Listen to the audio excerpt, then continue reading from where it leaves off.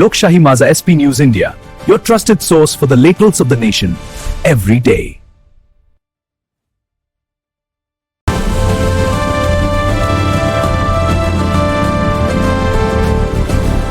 नमस्कार, मी संभाजी पगार आणि तुम्ही पाहत आहात लोकशाही माझा एसपी न्यूज इंडिया, सर्वसामान्य जनतेसाठी नेहमी तत्पर असणारे चॅनल. नमस्कार, लोकशाही माझा एसपी न्यूज इंडिया मध्ये आपले स्वागत आहे. मी तुमचा बातमीवाचक संभाजी पगार. वळूया आजच्या सर्वात मोठ्या बातमीकडे. त्याआधी आपण जर या चॅनलवर नवीन असाल तर आपल्या चॅनलला सबस्क्राइब करायला विसरू नका. धन्यवाद. इंदूर रेल्वे प्रकल्पावरून धुळ्यात संघर्ष, प्रशासनाचा ताबा घेण्याचा प्रयत्न शेतकऱ्यांनी रोखला. धुळे नवीन मनमाड इंदूर रेल्वे लाईन प्रकल्पासाठी जमीन संपादनाचा मुद्दा आता चांगलाच तापू लागला आहे. आज धुळे जिल्ह्यातील दापुरा येथे प्रशासकीय अधिकारी आणि शेतकरी यांच्यात तीव्र संघर्ष पाहायला मिळाला. नेमकी घटना काय? बोरविहीर रेल्वे मार्गासाठी जमिनीचा ताबा घेण्यासाठी आणि सोनगीर पोलीस स्टेशनचे पीआय देवरेसाहेब यांच्यासह पोलिसांचा मोठा ताफा दापुरा शिवारात दाखल झाला होता.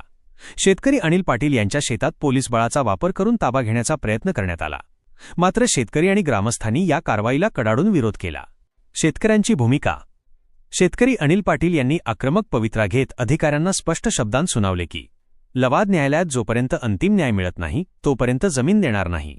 शेतजमिनीत सध्या उभे पीक आहे, त्याची काढणी होईपर्यंत ताबा दिला जाणार नाही. परिस्थितीचे गांभीर्य ओळखून प्रांत अधिकाऱ्यांशी फोनवर सविस्तर चर्चा करण्यात आली.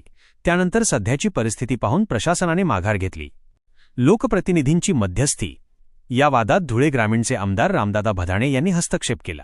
त्यांनी शेतकऱ्यांशी आणि उपस्थित अधिकाऱ्यांशी फोनवरून संवाद साधला.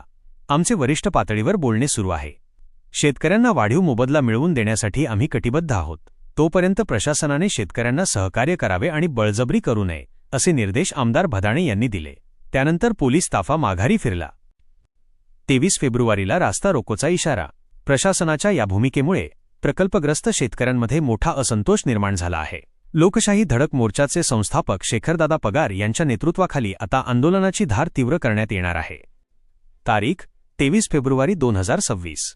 वेळ सकाळी 10 वाजता. ठिकाण आर्वी धुळे. नियोजन भव्य रास्ता रोको आंदोलन. जोपर्यंत शेतकऱ्यांच्या मागण्या मान्य होत नाहीत आणि योग्य मोबदला मिळत नाही तोपर्यंत लढा सुरूच ठेवण्याचा निर्धार केली आहे.